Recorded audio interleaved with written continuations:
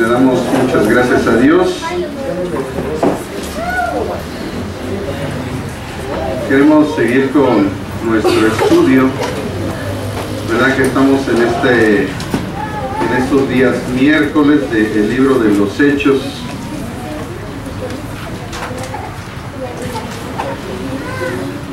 Un libro que hemos hablado, hermanos, que es el libro donde Dios puso los cimientos. También el libro de los Hechos es el libro donde Dios ha establecido, ¿verdad?, la predicación del Evangelio en Jerusalén, en Samaria, en Judea y hasta lo último de la tierra. La Biblia nos muestra que del capítulo 1 hasta el capítulo 9 es la predicación del Evangelio en Judea, en Samaria y en Jerusalén. Y a partir del capítulo 10 vemos la predicación del Evangelio hasta lo último de la tierra. Pero tomando en cuenta eso que acabo de decir al principio, esa importancia de que es el libro que nos muestra cómo fue que Dios puso los fundamentos, pues vale la pena estudiarlo de una forma concienzuda. Así es que vamos a seguir con nuestro estudio. Estamos en el capítulo 20 del libro de los Hechos, Hechos 20, versículos del 7 al 12. El tema de esta tarde, hermanos, se llama Pablo en Troas resucita a Eutico. Pablo en Troas resucita a Eutico.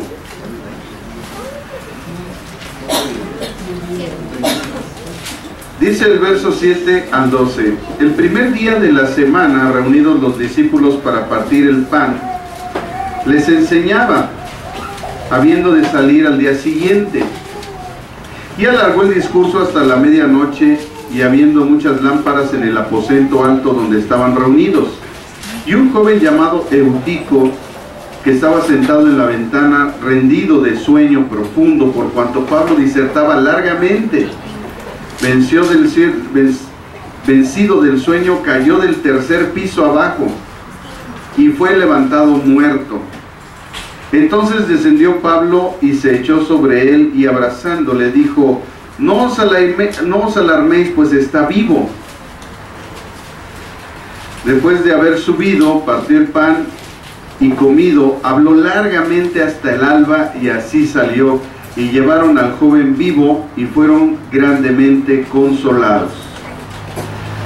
El Espíritu Santo, hermanos, describe acontecimientos poderosos durante la expansión del Evangelio en todo el mundo conocido hasta ese tiempo, y donde fueron dirigidos los discípulos a predicar aquí en Troas, ahora en este tiempo, que era un puerto de Asia. La narrativa de este pasaje comienza el día domingo, el primer día de la semana, al cual llamaban el Día del Señor, día conmemorativo de la resurrección del Señor Jesucristo, sobre todo en el mundo gentil, por lo que fue el día de reunión de los primeros cristianos. Esto también descrito en la literatura cristiana de los primeros tiempos después de Cristo, al cual lo llamaron ellos el Día del Señor. Entonces, desde la antigüedad, los primeros cristianos el día domingo lo llamaron el Día del Señor. Esto no es un invento de la Iglesia Católica ni nada de eso, que a veces hay gente que quiere desmeritar esto, y no, hermanos, esto hay muchos antecedentes, ahorita los vamos a ver. Si el día contaba a la manera del calendario judío, comenzando por la tarde del sábado, esta reunión debió haber tenido lugar el sábado por la noche. Pero como Lucas en el pasaje se refiere y dice estas palabras, habiendo de salir al día siguiente, es claro que Lucas usa el calendario griego, y la reunión se celebró entonces el domingo por la noche, el Día del Señor, y Pablo debía partir el día lunes. Su propósito de reunión entonces, como leemos, fue celebrar la Cena del Señor, donde Pablo les enseñaba, pero su discurso se prolongó hasta la medianoche. Esto es más que un zumpangazo, ¿verdad? Un joven un joven que estaba dormido, sentado en una ventana, cayó y murió. Pablo lo resucitó a la manera de Elías y Eliseo, y subió al aposento alto y siguió hablando hasta el alba. Pues les digo, esto fue más que un zumbacazo. Ahí está para los que se quejan. Dice, y salió de ahí para dirigirse a Asón, una ciudad portuaria donde se iba a dirigir al puerto de Mesopotamia. Los otros discípulos, quienes lo iban a recoger, lo recogieron ahí en Asón, y se dirigieron en barco a Mesopotamia. Hoy vamos a entonces analizar, hermanos, 4 aspectos importantes de este pasaje. Dentro de ellos, cómo Pablo resucitó a Eutico, y veremos algunos principios importantes dentro de la vida cristiana de ese tiempo, ¿verdad? Cuando Dios puso los fundamentos. El primer aspecto que vamos a analizar hoy es el día del Señor. En el verso 7 dice la Biblia, el primer día de la semana, reunidos los discípulos para partir el pan, Pablo les enseñaba, habiendo de salir al día siguiente, y alargó el discurso hasta la medianoche. La primera entonces referencia que tenemos es acerca del primer día de la semana. Este era el día de la conmemoración del primer día cuando el Señor resucitó. Por lo que este día pasó de ser el día de reunión de los cristianos desde los primeros tiempos. Hay varias referencias al respecto del primer día de la semana. En todos los evangelios, tanto en los sinópticos como en el evangelio de Juan, que no es sinóptico, en sus mensajes paralelos nosotros podemos ver claramente esta referencia del primer día de la semana. Por ejemplo, en Mateo 28:1, Mateo capítulo 28, versículo 1, dice la Biblia, pasando el día de reposo, al amanecer del primer día de la semana, vinieron María Magdalena y la otra María a ver el sepulcro.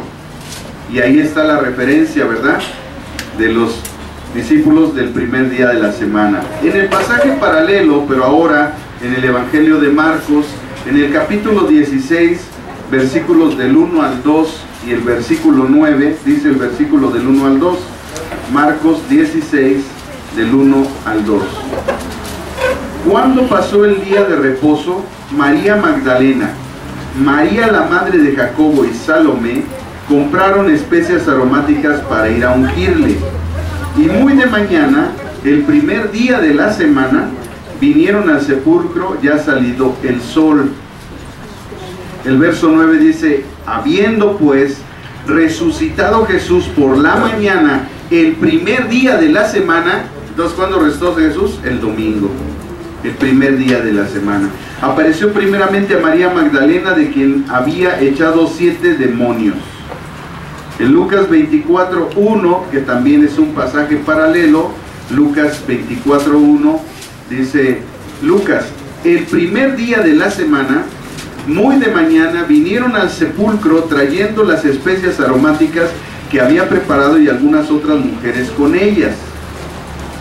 En el Evangelio de Juan, en el capítulo 20, versículos 1 y versículo 19, dice la Biblia, el primer día de la semana, María Magdalena fue de mañana, siendo aún oscuro el sepulcro, y vio quitada la piedra del sepulcro. Verso 19. Cuando llegó la noche de aquel mismo día, el primer día de la semana, estando las puertas cerradas en el lugar donde los discípulos estaban reunidos por medio de los judíos, vino Jesús y puesto en medio les dijo, paz a vosotros. Si se dan cuenta, hermanos, en los 4 evangelios se hace la referencia de la resurrección de Jesucristo. Esto es muy importante, hermanos, teológicamente, porque cuando un pasaje está en todos los evangelios, ¿verdad?, cuando nosotros estudiamos teología se nos enseña que es algo verdaderamente verídico, aunque sabemos que toda la Biblia es verídica, pero se está haciendo énfasis y se está corroborando perfectamente en todos los evangelios acerca de la resurrección de Jesucristo, la cual ocurrió el domingo, el primer día de la semana. Y por eso los cristianos se reunían en domingo, el primer día de la semana, porque conmemoraban la resurrección del Señor que había él resucitado de los muertos. O sea, esto no es una tradición religiosa, no es algo que se está inventando, lo vemos claramente en la Biblia que todos los discípulos se reunían el día domingo. ¿Por qué no el día sábado? Como los judíos. Bueno, porque el sábado fue dado a los judíos. Es por eso. Porque ellos están bajo la ley. Y el Señor les dio el sábado. Entonces, ustedes van a escuchar de repente en el internet algunos judíos mesiánicos, entre paréntesis, que hacen énfasis en que los servicios se tienen que llevar a cabo en el sábado. También van a escuchar, por ejemplo, a la secta de los adventistas del séptimo día, que ellos se reúnen el día sábado, porque ellos tienen esa idea judaizante. Se les olvida que nosotros, hermanos, somos gentiles, no somos judíos. Y bueno, ellos tienen sus argumentos, usan la Biblia y la acomodan para justificar sus doctrinas, ¿verdad? Como cualquier secta, ¿no? Pero la Biblia es clara. Acabamos de leer los versículos que corresponden, hermanos, el por qué los discípulos se reunían el día domingo. ¿A qué se reunían? Eso es importante. Dice que reunidos los discípulos, dice, para partir el pan. Pablo les enseñaba habiendo de salir al día siguiente. Entonces aquí vemos dos aspectos. Como empezaba la iglesia, se iban acomodando las cosas. No podemos decir, es que el culto de cuando se reunían hacían esto, no, porque todo se apenas estaba acomodando.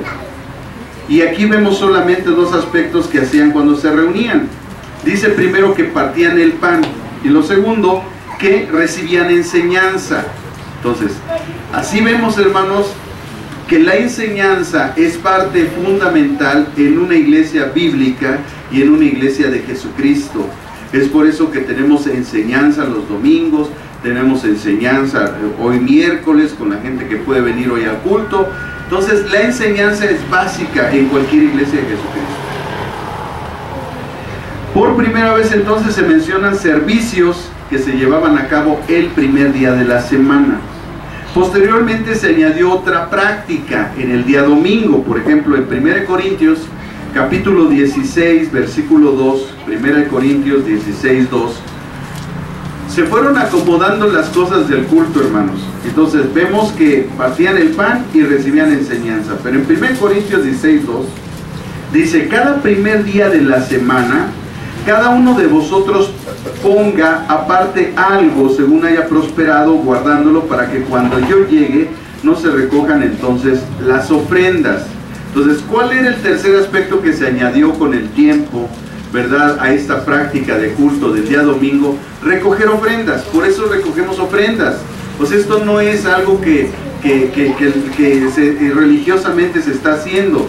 Es algo que a través del tiempo se fueron acomodando las cosas y ahora las tenemos nosotros en este tiempo, ¿verdad? En todo un aspecto, la alabanza, la adoración, la palabra de Dios, la oración inicial, el levantamiento de ofrendas, todo eso que se vino acomodando a través del tiempo en el culto cristiano.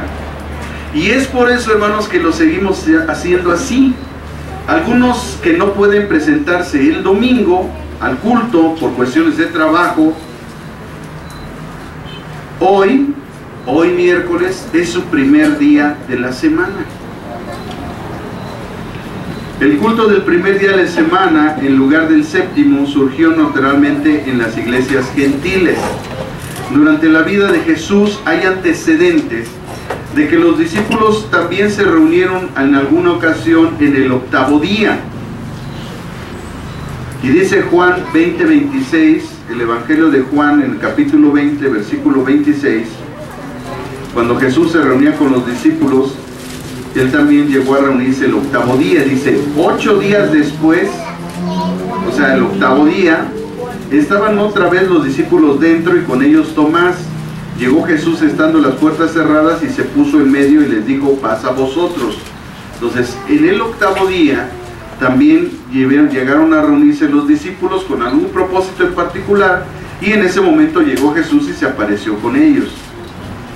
Entonces se daba libertad, como lo pone en claro el apóstol Pablo. El apóstol Pablo, hermanos, que es el apóstol de los gentiles, que nos ha traído el Evangelio y que nos ha regido y normado como cristianos, En la carta a los Romanos, en el capítulo 14, en el verso 5, enseña el apóstol Pablo diciendo: uno hace diferencia entre día y día, otro juzga iguales todos los días, pues cada uno esté plenamente convencido en su propia mente.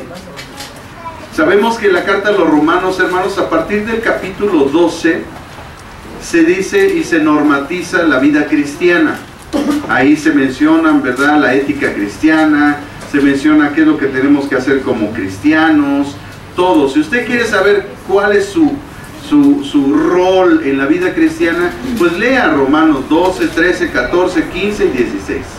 Y ahí le dice perfectamente cómo es la vida de un cristiano. Es imposible entonces que una iglesia florezca sin reuniones regulares.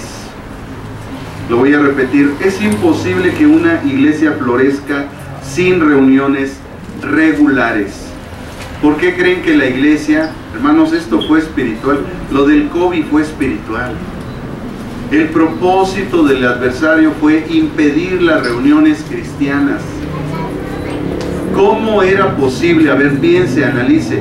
¿Cómo era posible que la gente pudiera salir al tianguis, pudiera salir a la horrera, pudiera salir a cualquier lugar, pero no venía a la iglesia porque se podía contagiar? O sea, qué tontería. Entonces, el adversario, el enemigo de nuestras almas, siempre ha querido para él la adoración. Así es que uno de los propósitos en ese tiempo del COVID fue impedir la adoración a Dios por las iglesias. Y muchas iglesias cayeron ahí. Muchas iglesias. Y bueno, pues ya el Señor cada quien, hermanos, pero yo le doy muchas gracias a Dios que nosotros todo lo que hacemos lo consultamos primeramente con Él, y Él nos dijo: no vas a cerrar. Señor, ¿se pueden contagiar? Pues yo soy el que doy vida y doy muerte, yo determino quién. Entonces no cierres. Pero también nos ha Dios llamado a la prudencia, ¿verdad? Es el equilibrio. Y entonces fuimos prudentes, aquí hacíamos 3 cultos,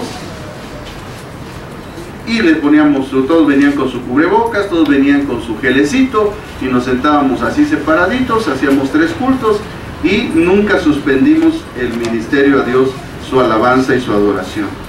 Yo creo, hermanos, y estoy completamente convencido que es por eso que Dios nos sigue bendiciendo, porque siempre hemos sido obedientes a su voz. Después dice la Escritura, ¿verdad?, en el pasaje que leímos: reunidos los discípulos para partir el pan, Pablo les enseñaba, habiendo de salir al día siguiente, y alargó el discurso hasta la medianoche. Dice, reunidos los discípulos para partir el pan. El lenguaje tiene naturalmente el mismo significado que se describe también en el libro de los Hechos, en el capítulo 2, versículo 42. Hechos 2, 42.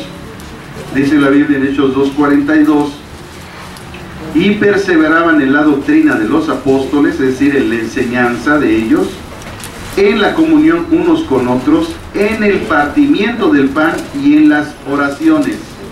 Entonces, aquí vemos claramente otro aspecto que se fue acomodando en el culto cristiano, y aquí se añade las oraciones y la convivencia de comunión, el ágape entre hermanos. Al ser un cuerpo, nosotros tenemos que reunirnos porque somos un cuerpo. Hay una doctrina falsa allá afuera, hermanos, una herejía, que le dice a la gente: ¿para qué vas al culto? Si Dios está en todos lados. Si Dios está en todos lados, pero no está con todos. Él habita en la alabanza de su pueblo. Entonces, está en todos lados, pero no está con todos. Es diferente, ¿verdad? Si nosotros salimos a la calle y yo voy caminando con usted, bueno, pues yo veo a toda la gente que está ahí al lado, pero yo vengo con usted, no voy con esa gente.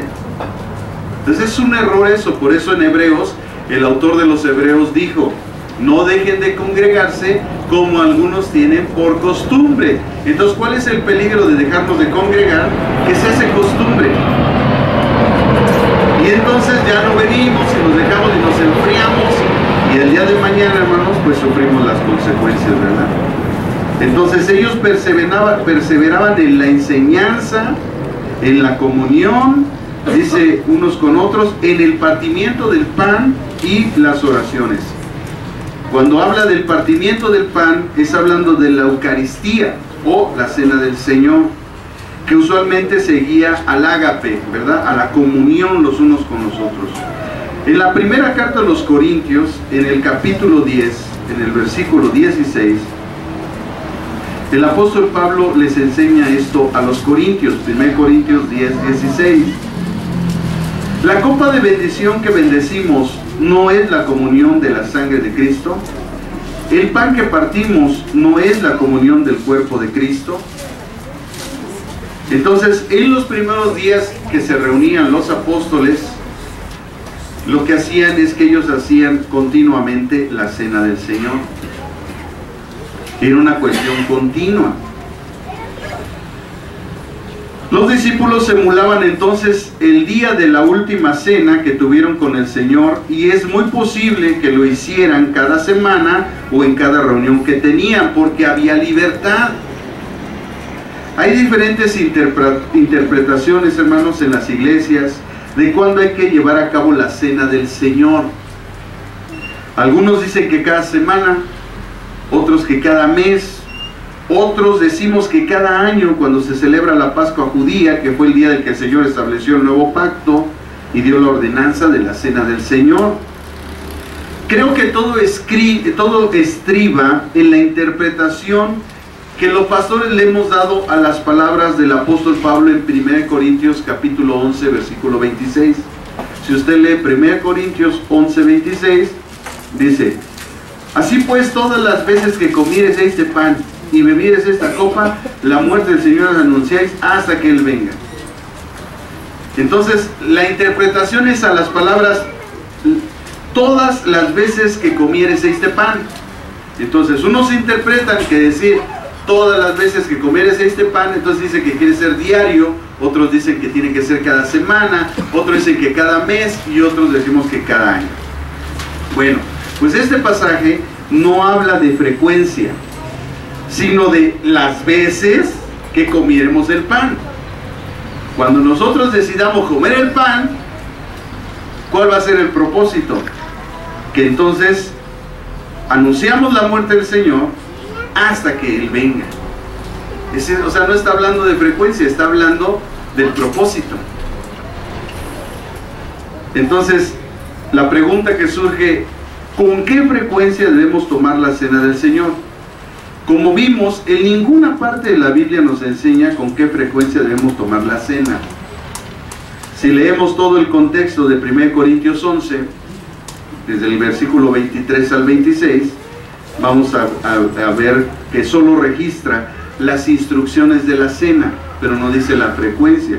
Y dice 1 Corintios 11, 23 al 26: porque yo recibí del Señor lo que también os he enseñado, que el Señor Jesús, la noche que fue entregado, tomó pan, y habiendo dado gracias lo partió y dijo: tomad, comed, este es mi cuerpo que por vosotros es partido, haced esto en memoria de mí. Asimismo tomó también la copa después de haber cenado, diciendo: esta es la copa del nuevo pacto en mi sangre, haced todas las veces que la bebiereis en memoria de mí. Así pues, todas las veces que comieres este pan y bebieres esta copa, la muerte del Señor anunciáis hasta que Él venga. Entonces, aquí no habla de cada cuándo, aquí habla de lo que se tiene que hacer en esa cena. Por lo tanto, hermanos, nosotros podemos concluir que el Señor ha dado libertad. Libertad. Si tú dices: yo lo voy a hacer cada semana, adelante. Lo voy a hacer cada mes, adelante. Lo voy a hacer cada año, adelante. Pero mucha gente cae en decir: no, es que eso no es bíblico y que no sé qué, y empiezan a juzgar a las demás personas. Eso nosotros no debemos de hacer, porque aquí está hablando no de frecuencia, sino de la forma y de la libertad que hay para hacerlo. ¿Qué es lo importante? Pues que cada vez que lo hacemos, la muerte del Señor anunciamos hasta que Él venga. Punto.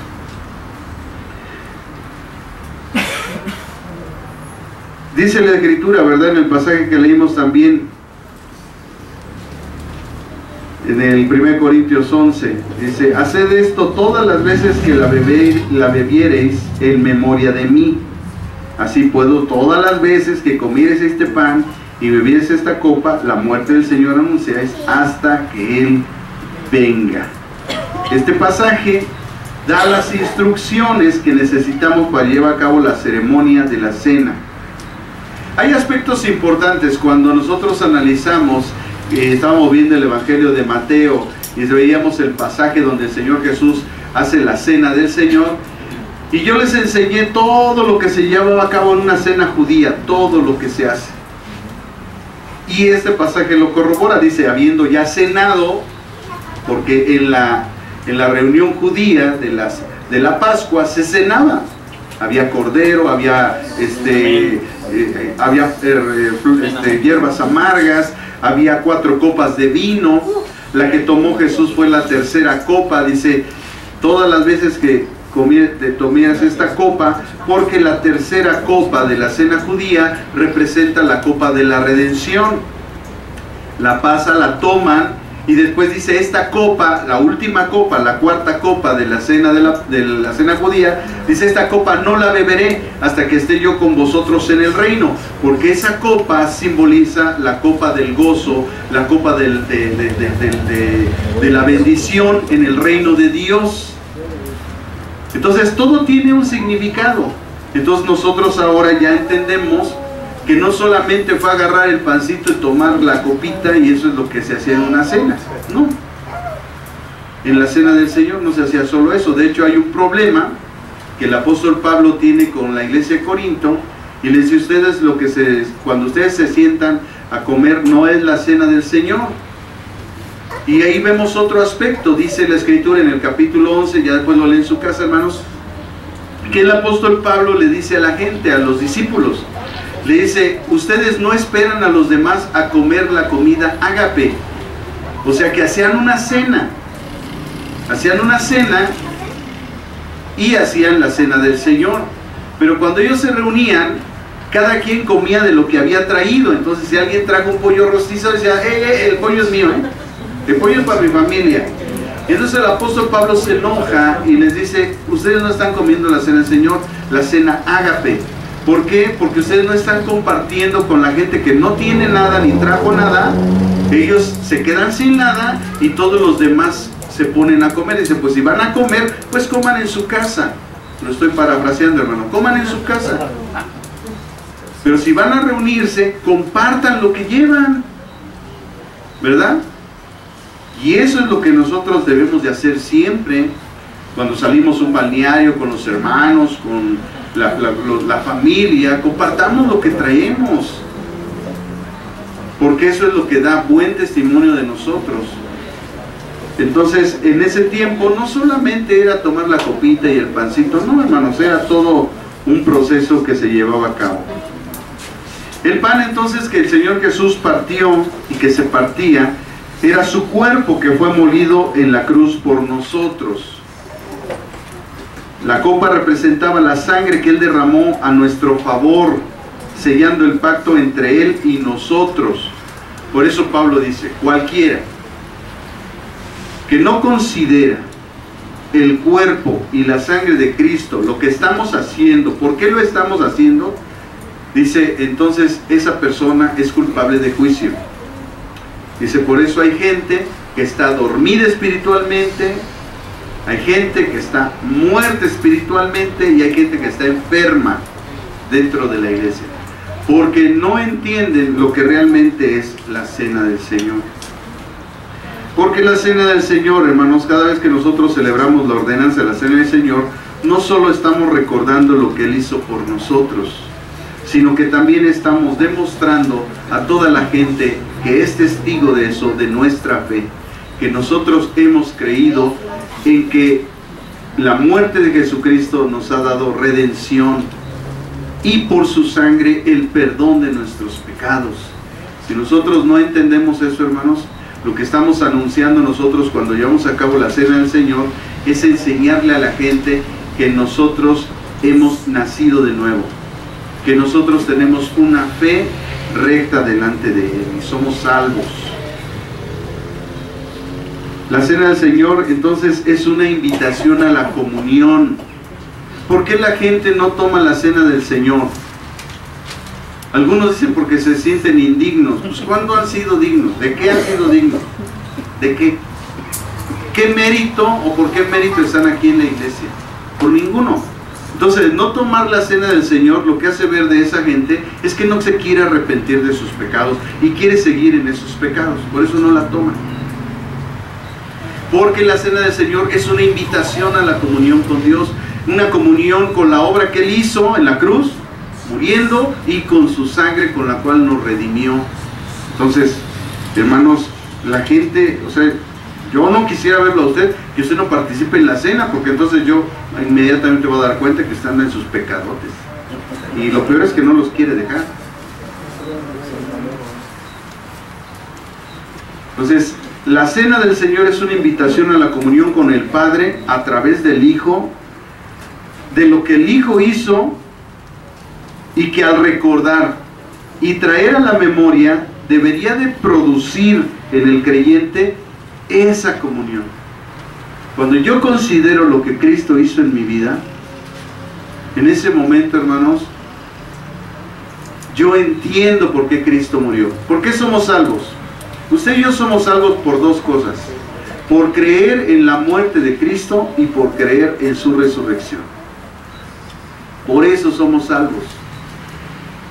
Eso es el Evangelio. El Evangelio para salvación, que es poder para salvación, es que nosotros creamos que hemos sido justificados, perdonados por nuestros pecados. Si una persona todavía se siente pecador, hermano, pues venga a Cristo. Porque una cosa es que usted esté expuesta por por no tener una vida espiritual, por no quererse acercar a Dios. Bueno, caer en pecado es otra cosa muy diferente. De hecho, como Dios sabía que íbamos a hacer eso, de eso nos está previniendo. Pero a veces nosotros no entendemos eso. Y entonces sufrimos caídas, sufrimos situaciones y sufrimos. El Señor no quería que sufriéramos.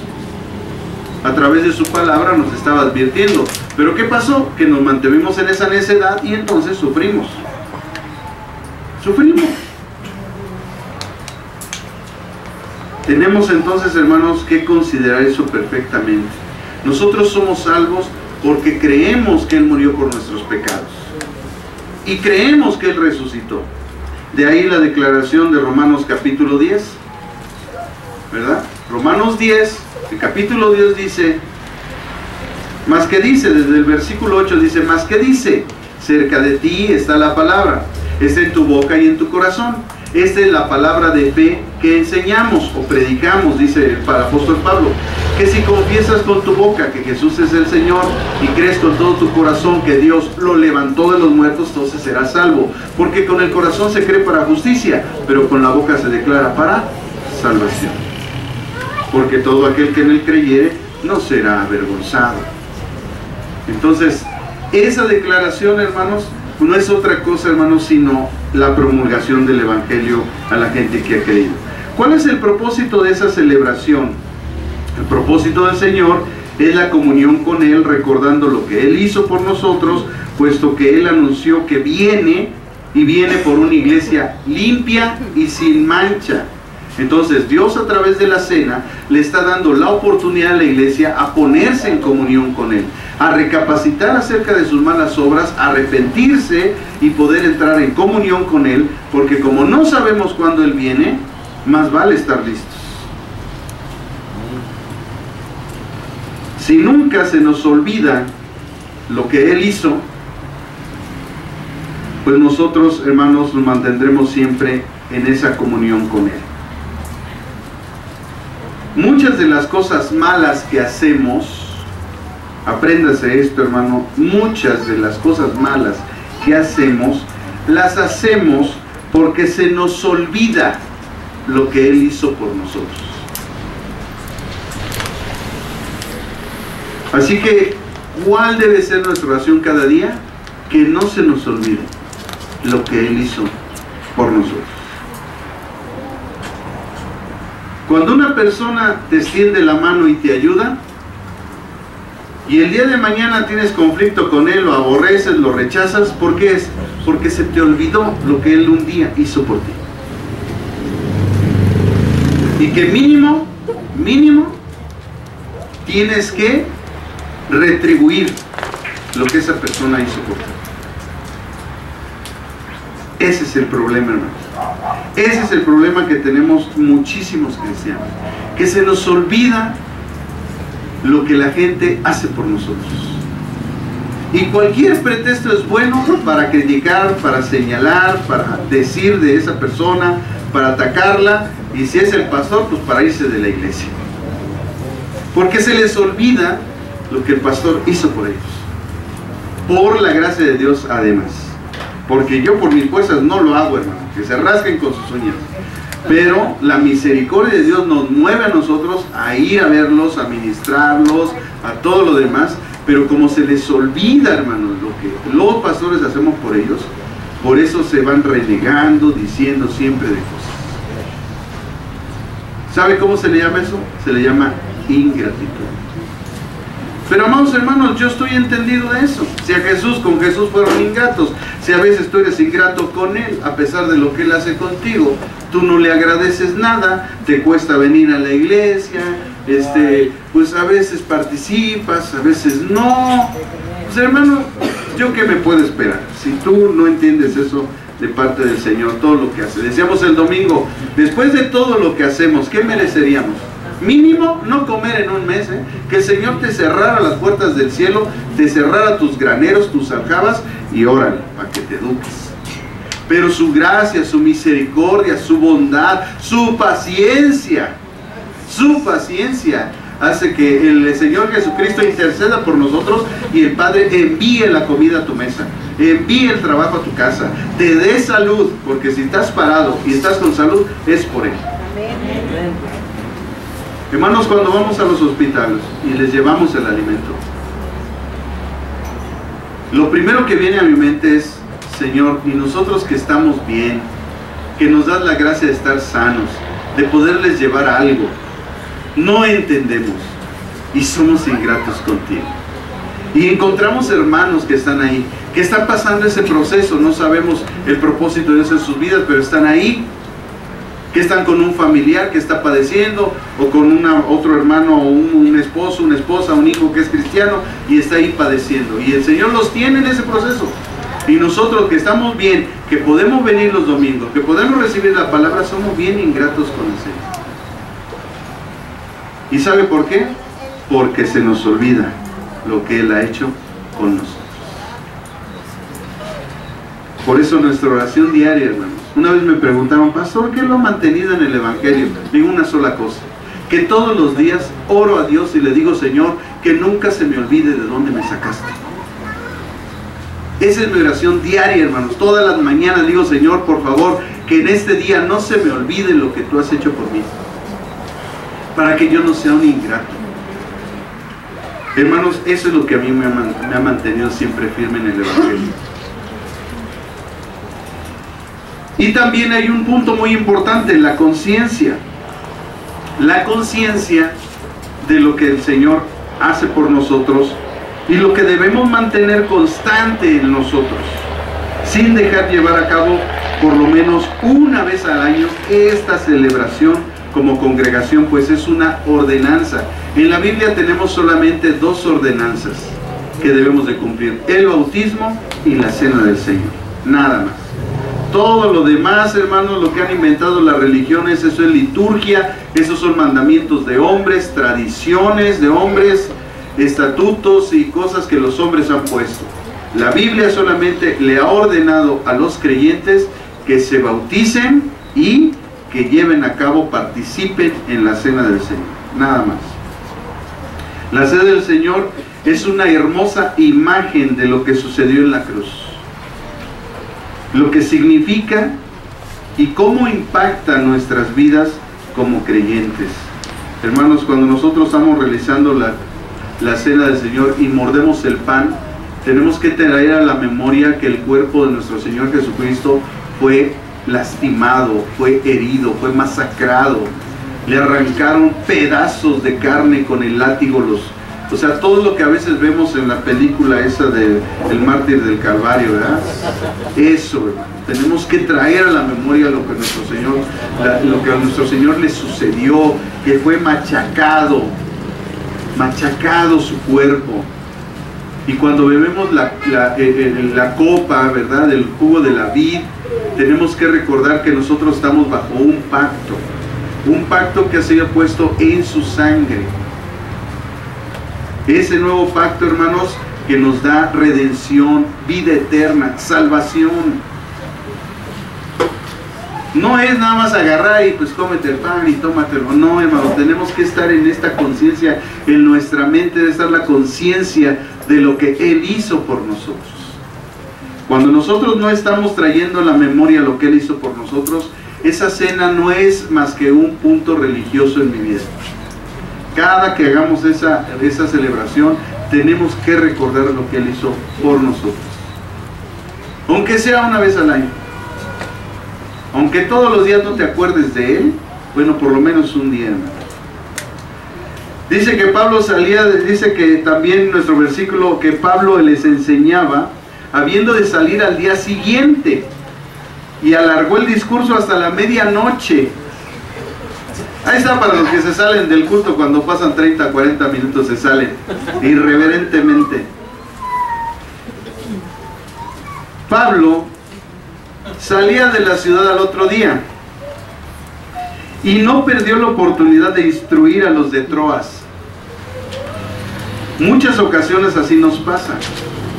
No perdemos la ocasión de instruir a los discípulos. Siéntese un día conmigo en la mesa y cualquier pretexto le voy a agarrar para enseñarlo a usted. Amén. Yo no me voy a cansar de instruir a los discípulos. Siempre, cualquier cosa. A ver, estábamos ahí en un stand-by, ¿verdad? Haciendo la labor, ¿verdad, hermano Martín? Y estamos ahí sentaditos y órale, me agarra mi hermano Ángel. A ver, hermano, así. Y ya los demás se pararon y lo dejaron solo, ¿no? Y de ahí me lo machaqué. Entonces, es algo natural. Es algo natural de nosotros que siervos de Dios. Siempre vamos a estar enseñando a la gente. Siempre vamos a estar enseñando a través de experiencias. Hermanos, nosotros no estamos hablando mal de la gente. Lo que estamos es haciéndole ver a los demás hermanos, ¿verdad?, algunas situaciones que han pasado desafortunadamente les tocó a algunos tener un mal ejemplo. Pero pues la Biblia dice nombres. Y lo señala, el pecado de David, el pecado de Saúl, el pecado, y dice, y el tal, y Meneo, y Alejandro, y pum, y les dice, ¿no? Entonces la Biblia no tiene problema eso. No se está hablando mal de la gente. Lo que estamos es haciéndole ver las situaciones que han pasado con otros para que no caigan en el mismo error. Nada más.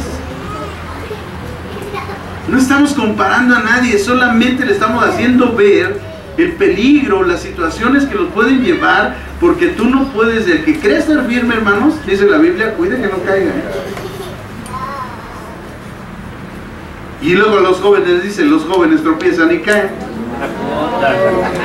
Oye, pues más a los jóvenes, oye, vas a tropezar, vas a caer. No, yo sí las puedo, no, yo sí. Hermanos, la Biblia no se equivoca, el que se equivoca eres tú, la Biblia no se equivoca, ¿eh?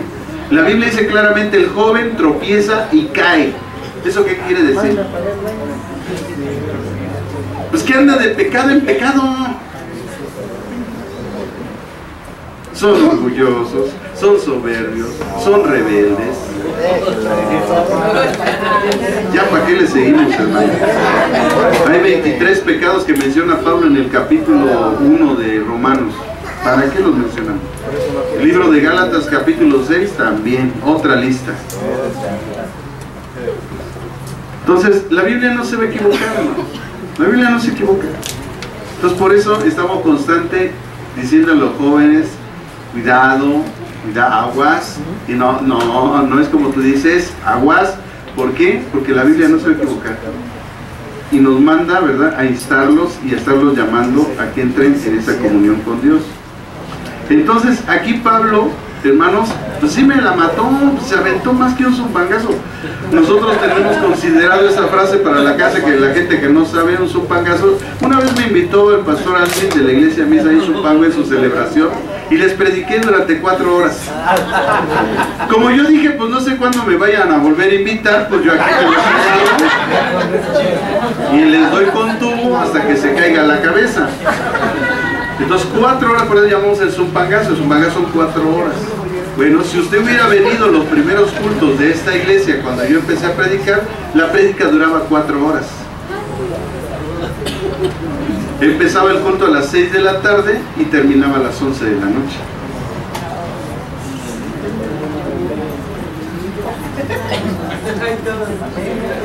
Bueno, pues este Pablo, o sea, me rebasó.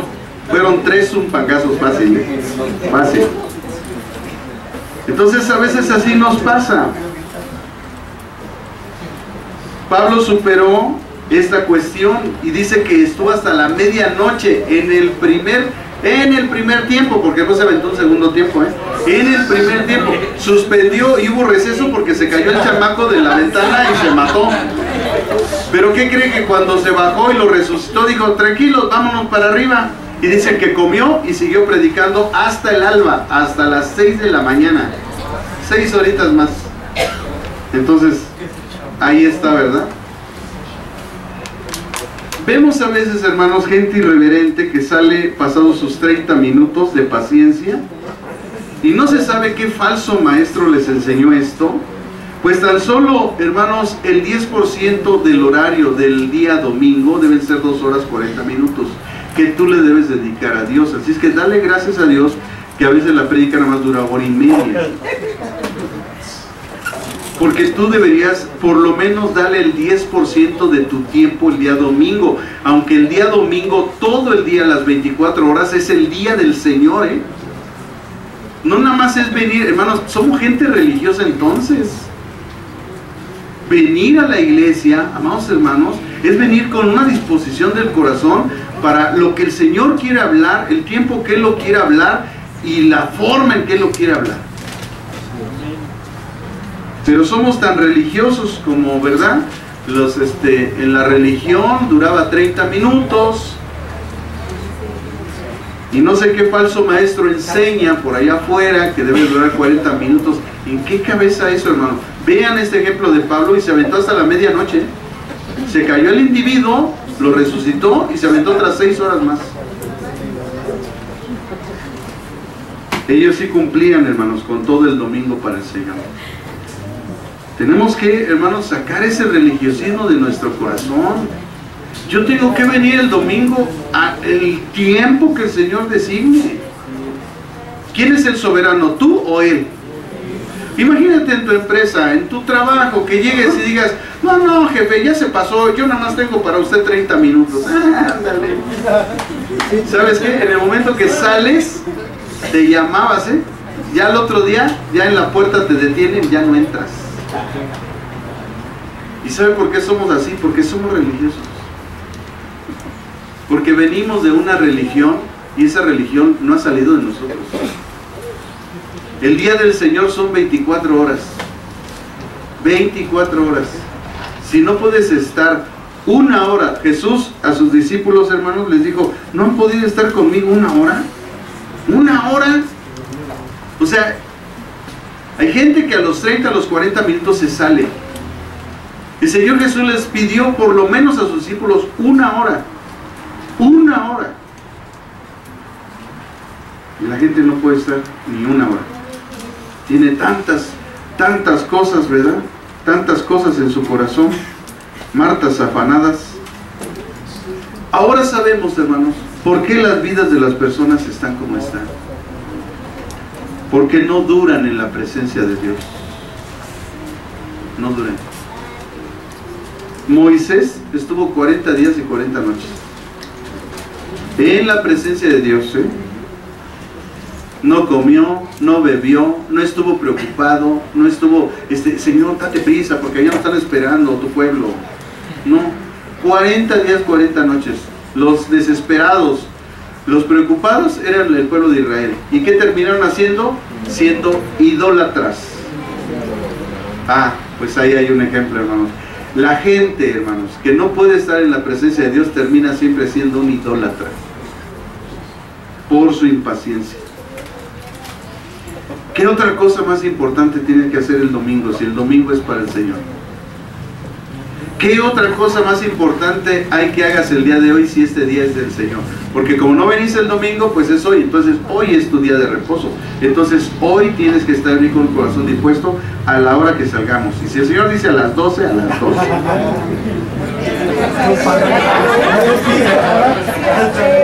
Nomás apártense las ventanas porque no se vayan a caer, se vayan a matar, porque yo no resucito a nadie. Yo no resucito a nadie, hermanos.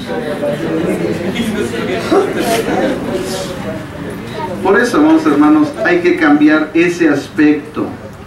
Nosotros no establecemos el tiempo, es el Señor, por eso Él es el Señor, porque Él lo establece. Y es por su gracia, y mientras más tiempo pasemos escuchándolo a Él, será mejor. Entre más tiempo pasemos con el Señor, más nuestra vida cambia. ¿Por qué la vida de la gente no cambia? Porque no pasa tiempo delante de Dios. Por eso su vida no cambia. La vida cambia cuando estamos hablando con Él en oración y estamos en su presencia leyendo su palabra. Nuestra vida cambia. Por eso es que para mí se me hace bien incomprensible que yo le predico a todos lo mismo y no todos cambian, unos sí y otros no. Pues ¿qué, no les di el mismo pan? ¿No les di la misma leche? Entonces ¿qué pasó ahí?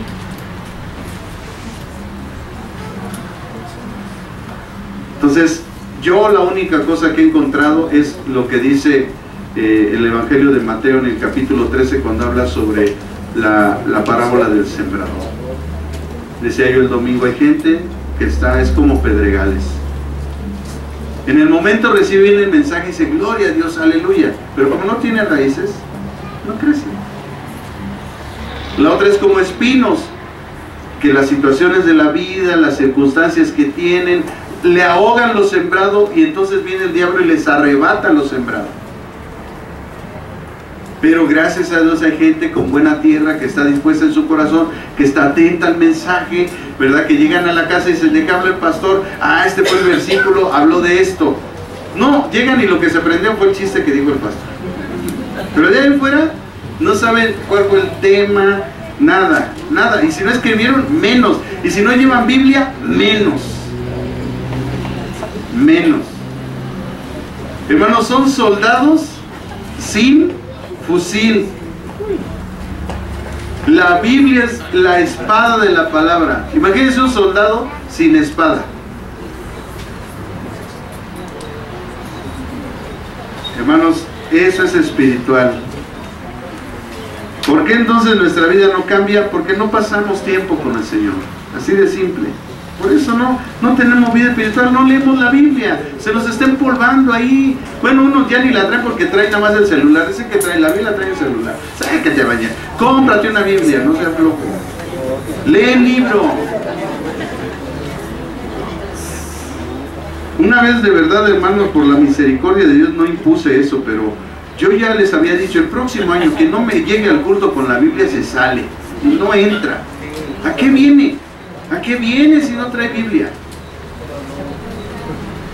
Lo primero que te inculcan cuando vienes a Cristo, cómprate una Biblia. Bueno, te casaste, tienes una, bueno, esa úsala, por lo menos, esa blanca. No la tengas de adorno. Sí sirve para algo, ¿eh? O sea, qué terrible es eso, hermano. O nos avergonzamos del Evangelio. Bueno, el que se avergüenza de Cristo, Él se va a avergonzar de ellos delante de los ángeles de Dios. Estos, hermanos, solamente fueron algunos aspectos importantes que se realizaban en el primer día de la semana, el día del Señor, los discípulos. Hay un segundo aspecto, el símbolo de las lámparas. En el verso 8 dice, y había muchas lámparas en el aposento alto donde estaban reunidos.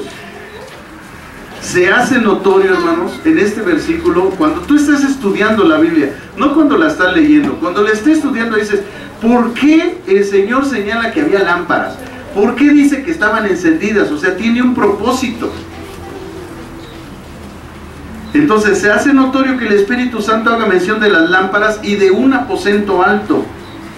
Comúnmente diríamos que porque como era de noche, una noche oscura, porque habían pasado 3 semanas desde la luna llena hasta la Pascua, bueno, pues se necesitaba que alumbrar, ¿no? Pero nosotros notamos algo muy importante, que estas lámparas estaban probablemente llenas de aceite con mechas y temblaban y humeaban. Y no iban a reunirse a oscuras. Sin embargo, la Biblia está llena de simbolismos. Es algo que nosotros debemos de aprender. La Biblia tiene muchos símbolos. Y las lámparas con aceite, una lámpara no cumple su propósito sin aceite. La lámpara es la palabra de Dios. El Salmo 119, 105 dice: lámpara es a mis pies tu palabra. Entonces, ¿qué había, hermanos? Había lámparas, había palabra. Y el aceite, el símbolo del Espíritu Santo, por lo que continúa la palabra en el Salmo diciendo: y lumbrera mi camino. Pues por si no hay aceite, pues no, la lámpara no cumple su propósito, que es alumbrar. Entonces, ¿qué símbolo estamos encontrando aquí claramente? Que ese día de reunión, el Espíritu Santo revela algo, que la palabra de Dios estaba presente y estaba el Espíritu Santo presente en ese día. Todos hemos visto y leído en algún momento, los que leemos la Biblia, hermanos, Mateo 25 del 1 al 13, donde se habla de las vírgenes sensatas. Traían su lámpara con aceite, y dice que vino el Señor y las hizo entrar con él al reino de los cielos. Pero las vírgenes insensatas, que tenían solo la lámpara, pero no tenían aceite, el Señor les dijo: de cierto os digo, no las conozco. El Señor solo reconocerá a las lámparas con aceite de las vírgenes sensatas, es decir, a la gente que tiene la palabra y al Espíritu Santo en su vida. El aposento alto simboliza el lugar de la presencia manifiesta de Dios. Muchas cosas ocurren en el aposento alto. De hecho, el lugar donde nosotros oramos espiritualmente es un aposento alto. Es un lugar de comunicación con Dios. Así que la palabra de Pablo alumbró la concurrencia por muchas horas. Por eso la gente no se aburría, hermanos, porque era gente con buena tierra, era gente que quería recibir la palabra de Dios. Pablo no sabía cuándo iba a regresar a Troas, entonces dijo: este tiempo, en vez de estar pachangueando, de estar cotorreando, lo vamos a aprovechar y les voy a compartir la palabra. Y le las compartió hasta la medianoche. Cae el chamaco, se rompe la cabeza, se muere, lo levanta y dice: vamos a comer algo porque ya se me dio hambre. Y entonces Pablo comió algo y dijo: ahora sí, siéntense, continuamos. ¿En qué me quedé? La Biblia dice, siguió hasta las 6 de la mañana. Y entonces de ahí parte hacia Asón, se encuentra con los otros discípulos con los que había quedado. De ahí, hermanos, zarpan hacia Éfeso y cumplen los propósitos de Dios en su vida Pablo. A Jesús vinieron los discípulos y les dijeron que si ya había comido. Y Jesús dijo: mi verdadera comida es llevar a cabo el propósito de Dios, la voluntad de mi Padre que está en los cielos. Cuando confrontó a las multitudes, les dijo el Señor Jesús a sus discípulos: ¿ustedes también se quieren ir? Ellos dijeron: Señor, ¿a dónde iremos? Si tú tienes palabras de vida eterna. Yo no puedo entender cómo hay gente, hermanos, que no quiere escuchar la palabra de Dios. Siendo cristiano, olvídese, pues digo, la gente afuera, pues sí, ya sabemos, ¿verdad? Pero los hijos de Dios debemos de tener hambre de la palabra de Dios. Continuamente estar buscando palabra del Señor. Así que debemos de entender que el Espíritu Santo es el que habla a través de los hombres imperfectos, como Pablo. Y también Él habla según su soberanía. Cuando ve corazones dispuestos, el Señor ilumina sus corazones con la palabra de Dios, fortaleciéndolos para oír hasta que se ha cumplido su propósito, sin importar el tiempo transcurrido. Todavía recuerdo las reuniones con mis hermanos cuando éramos congregantes y nos pasábamos de 4 a 6 horas hablando de la palabra de Dios. Empezábamos el viernes a las 8 de la noche, cuando regresábamos todos del trabajo, nos reuníamos en casa de mi mamá, cenábamos ahí todos, ¿verdad? Estábamos cenando y empezábamos a compartir la palabra. Oye, yo leí esto y esto, y mi hermano Alejandro, que era el más avanzado en las escrituras, nos aclaraba el entendimiento y nosotros aprendimos muchísimo más y avanzamos más rápido en el Evangelio, porque en nuestra propia casa nos reuníamos a compartir la palabra de Dios, lo que cada uno había aprendido. Eso enriquece, hermanos, eso hace que crezcas espiritualmente. La palabra de Dios hace que avances. Pero si no hay palabra en tu casa, hermano, pues no sé cómo. La verdad es difícil. Otro aspecto es el sueño profundo de Eutico. Ya dijimos que se cayó, se rompió su cabeza, ¿verdad? Dice, y un joven llamado Eutico, pero hay un aspecto importante que vamos a ver por qué se llamaba Eutico, hermano. Que estaba sentado en la ventana, rendido de sueño profundo, por cuanto Pablo disertaba largamente, vencido del sueño. ¿Por qué se duermen? ¿Por qué se duermen en el culto, hermano? Aquí dice, cayó del tercer piso abajo y fue levantado muerto. Entonces descendió Pablo y se echó sobre él y abrazándole dijo, no os alarméis, pues está vivo. Un joven descrito con el nombre de Eutico, empecé a investigar, y es un nombre común entre los esclavos, era un nombre común entre los esclavos. Entonces se hace notorio que el Espíritu Santo deje de anotar el nombre del joven. O sea, cuando en la Biblia hay un nombre, es por algo. No es nada más porque sí, porque su nombre significa algo. Y eso nos muestra un aspecto espiritual de la vida de esa persona.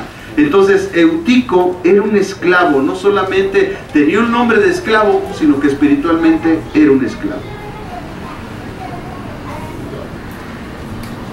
Como Eutico estaba en una pendiente donde pueden caer, su estado de sueño profundo en las disertaciones de la palabra de Dios puede mostrarnos su condición espiritual de esclavitud. Este joven se durmió profundamente por la larga disertación de Pablo y cayendo de un tercer piso se mató. Pero cómo no, hermanos, el imprudente estaba sentado, dormido en la ventana del aposento. O sea, ¿a quién caramba se le ocurre sentarse en la ventana en un tercer piso y todavía echarse una pestaña ahí? Por piedad. O sea, no solamente estaba el clavo espiritualmente, sino que era un imprudente. Así que dile al que está a tu lado, el que se duerme se muere.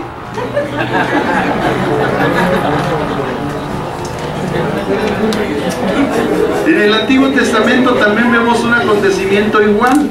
Ahí en el segundo libro de los Reyes, en el capítulo 1, versículo 2, vemos otro ejemplo.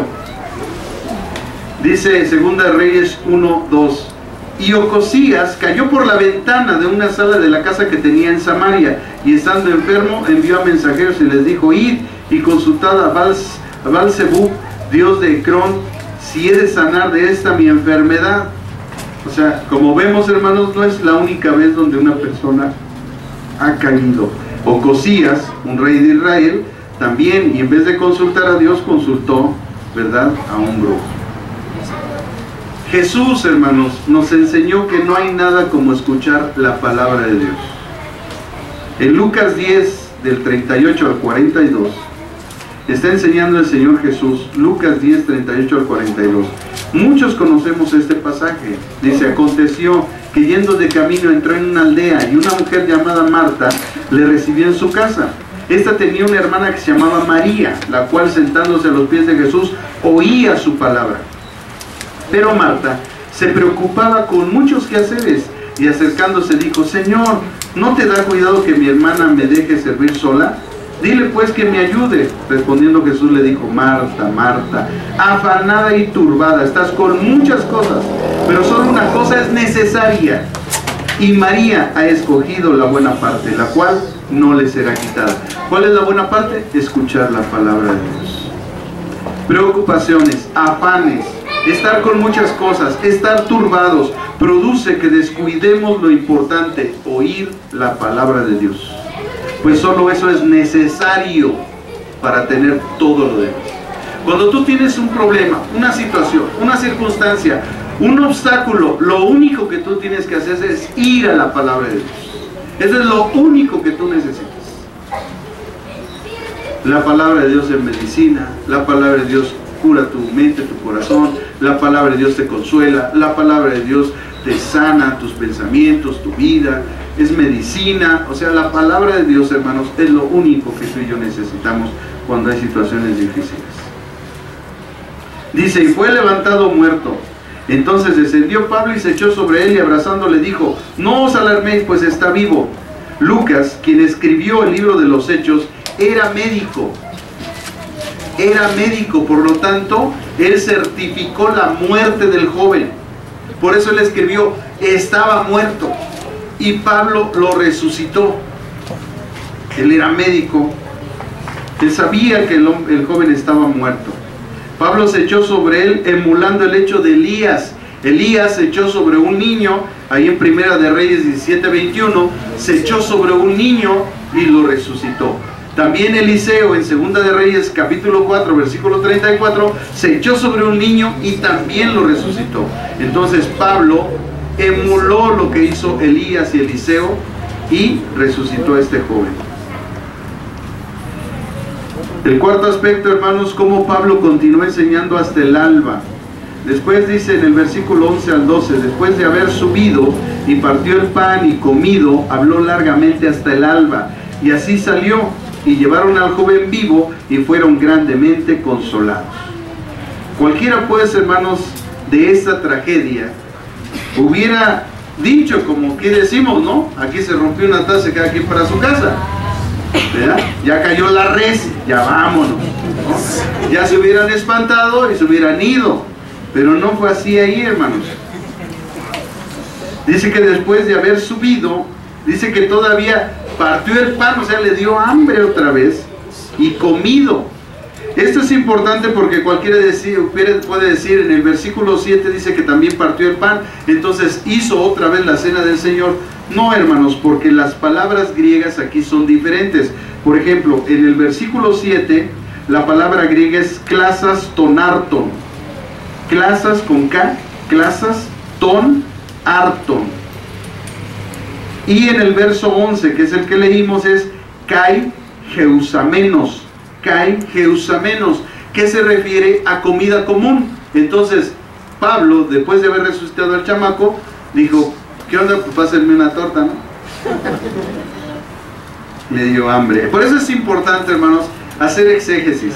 Es decir, ver el significado de las palabras en el original griego para ver lo que realmente el Espíritu Santo nos quiere enseñar. Por eso no solamente tenemos que leer la Biblia, hermanos, hay que estudiarla. Hay que estudiarla porque así aprendemos mucho más cosas. Y dice que Pablo habló todavía largamente hasta el alba, hasta las 6 de la mañana. Y después dice, así salió. O sea, él no descansó, él no durmió, él se fue a seguir el propósito de Dios en su vida. Y dice que llevaron al joven vivo y fueron grandemente consolados. Evidentemente, hermanos, los amigos especiales del joven lo llevaron de bien de vuelta al aposento alto. Y se lo llevaron de vuelta a su familia. Iban llenos de gozo al haber visto, hermanos, que lo que Pablo estaba enseñando tenía un respaldo de parte de Dios. Esta lectura entonces describe la gozosa escena por la restauración del joven cuando Pablo estaba despidiendo. O sea, el joven fue restaurado. Porque cuando nosotros escuchamos la palabra de Dios, escuchamos el consejo de Dios, nosotros somos restaurados. Este joven, su nombre Eutico significa esclavo, o era el nombre común de los esclavos. Así estaba espiritualmente, por eso se durmió con la palabra. Cuando él recibe de parte de Pablo la resurrección, que es una imagen, hermano, de lo que Dios hizo con nosotros. Con Cristo estamos juntamente crucificados. Ya no vivo yo, Cristo vive en mí. Y así como ese joven fue restaurado, nosotros cuando venimos a una nueva vida en Cristo, somos restaurados. Y el gozo de su presencia, el gozo de su salvación, siempre inunda nuestros corazones. Es evidente entonces, hermanos, que las personas en esta condición espiritual descrita en la imagen del joven necesitan restauración. En conclusión, hermanos, solamente quiero hablar de unos principios que acabamos de ver en este pasaje. Primero, el Espíritu Santo solo habla a través de hombres imperfectos, pues así lo ha determinado en su soberanía. El día establecido como el día del Señor es el día domingo. Esto establecido por los discípulos de los primeros años después de Cristo. La actitud a la palabra de Dios es muy importante, no importando el tiempo que por gracia el Señor determine para cumplir sus propósitos. Un siervo de Dios no escatimará en compartir el tiempo que el Espíritu Santo también a él le fortalezca para compartir, porque si usted se da cuenta, usted está sentadito. Ay, el pastor ya se tardó, ya lleva 2 horas, pero tú estás sentado, carnal, yo estoy parado.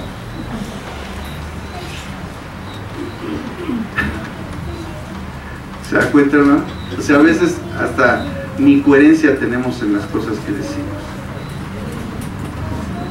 Si usted se preocupa por usted que está sentadito, preocúpese por mí que llevo 2 horas parado. La audiencia debe asimilar que ellos están sentados mientras el predicador está parado comúnmente y el cansancio es mayor. Dormirse cuando se escucha la palabra es mala señal, señal de poca estima de la palabra de Dios. Y debemos hacer lo que podamos para no dormirnos. No dormirnos, sino lograr que nuestro corazón sea afectado por la palabra que oímos, de forma que echemos lejos el sueño. Hermanos, es una mala señal cuando la gente está durmiendo en el culto. Espiritualmente están siendo esclavizados. Tan es así que el enemigo está gobernando su mente y su corazón. Yo creo que todos, hermanos, nos cansamos. Yo no creo que todos estemos, algunos, los que estamos despiertos en el culto, es porque nos pasamos el día rascándonos el ombligo. No, hermanos, todos estamos trabajando, algunos vienen desvelados. Hay una hermana que trabaja toda la noche, todavía viene a servir, trae a sus hijos, todavía atiende al viejo, ¿verdad? Y se viene al culto. Y ella trabajó toda la noche. Y yo he visto cómo está ahí trabajando, hermanos. Qué terrible, hermanos, que nosotros que nos pasamos toda la noche durmiendo, lleguemos aquí. No puede ser, hermano. Échese agua en la cara, párese al baño y en vez de ir a dormirse en la taza, salga, ¿verdad? Y échese agua y siéntese en el culto a escuchar.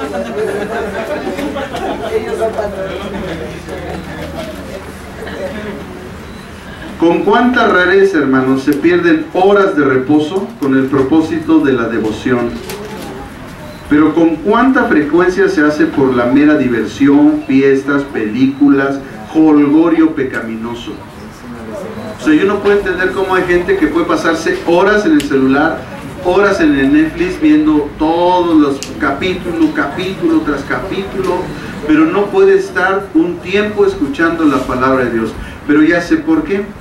Pues como está pegado al mundo, cuando viene el alimento espiritual no lo puede recibir, porque está lleno de las cosas del mundo. Y entonces las cosas, hermanos, que son para devoción, las cosas en las que nosotros debemos de estar atentos, que es la palabra de Dios, pues no le tenemos ese cuidado porque vivimos en el mundo. Tanto cuesta que la vida espiritual florezca en el corazón del hombre, y tan natural es que allí florezcan las cumbres carnales. Esto lo dijo, hermanos, esta frase la dijo uno de los comentaristas bíblicos acerca de este pasaje, un comentarista antiguo. Él dijo: tanto cuesta que la vida espiritual florezca en el corazón de un hombre, y tan natural es que allí florezcan las costumbres carnales. Esto cuando no se le da la importancia de estar en la presencia de Dios y oyendo la palabra. La palabra que fortalece, consuela, sana, libera, salva, trae fe, da esperanza, y que son palabras de vida eterna. El Salmo 84:10, hermanos.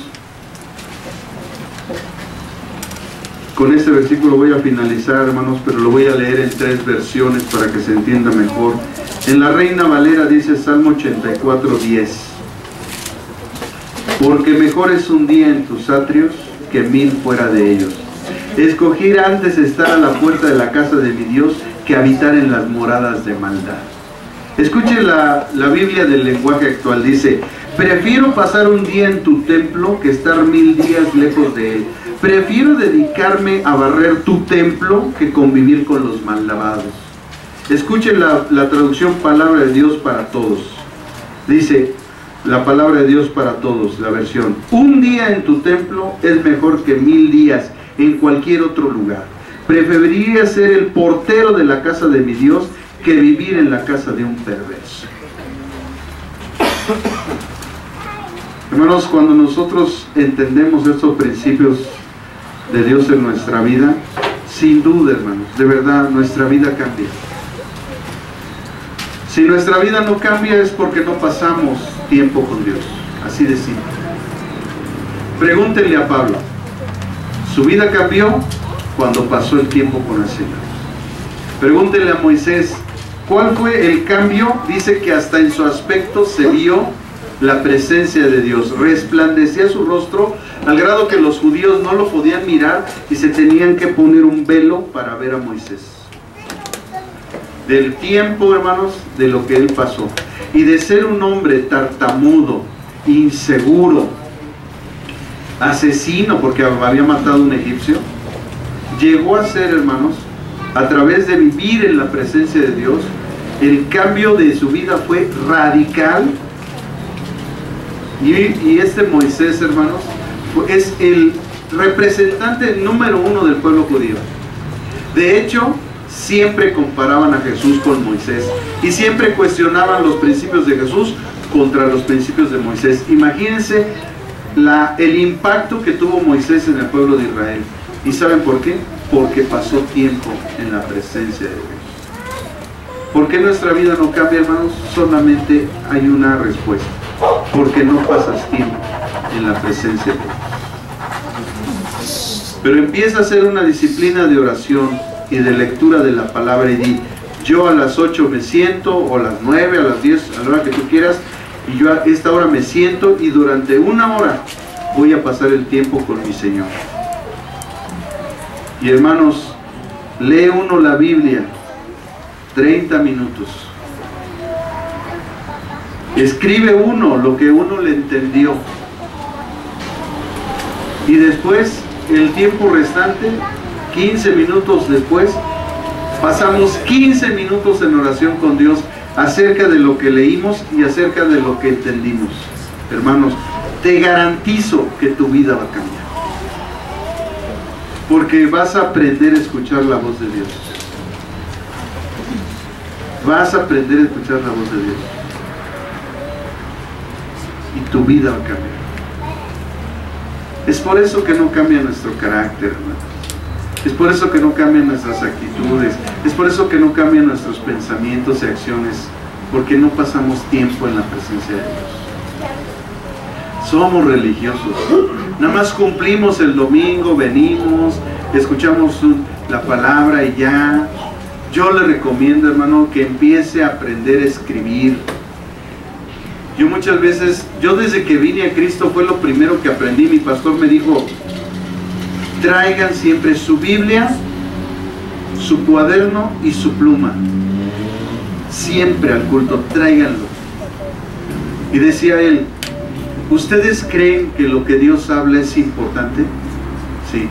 Bueno, las cosas importantes se escriben. Si nosotros escuchamos un mensaje, solamente usted va a retener de este mensaje si puso atención.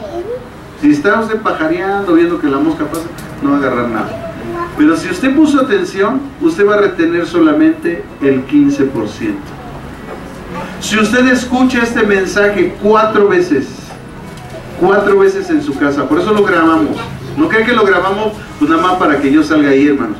Lo grabamos principalmente, no lo grabamos para que nos hagamos famosos en internet, nada. Nosotros no estamos buscando eso.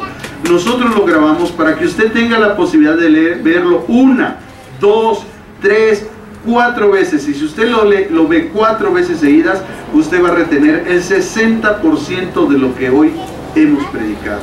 Y si mientras usted está escuchando y está tomando notas, completando lo que le faltó en el culto, hermano, usted va a retener el 85% de lo que se enseñó. Y entonces su vida va a cambiar. Su vida va a cambiar, se lo garantizo. Usted va a ser diferente. Pero mientras usted viva religiosamente, como Marta, afanada, tienes tantas cosas, hermanos, ni porque nos paremos muy temprano, ni nos levantemos, ni nos vayamos a dormir tarde, por eso vamos a ser bendecidos. Jesucristo dijo claramente: buscad primeramente el reino de Dios y su justicia, y todas las cosas. ¿Qué son todas las cosas? ¿Nos dará el Señor un trabajo? ¿Nos dará la gracia para que nos aumenten el sueldo? ¿Les dará una novia, un novio? Sí, todas las cosas son añadidas de parte de Dios.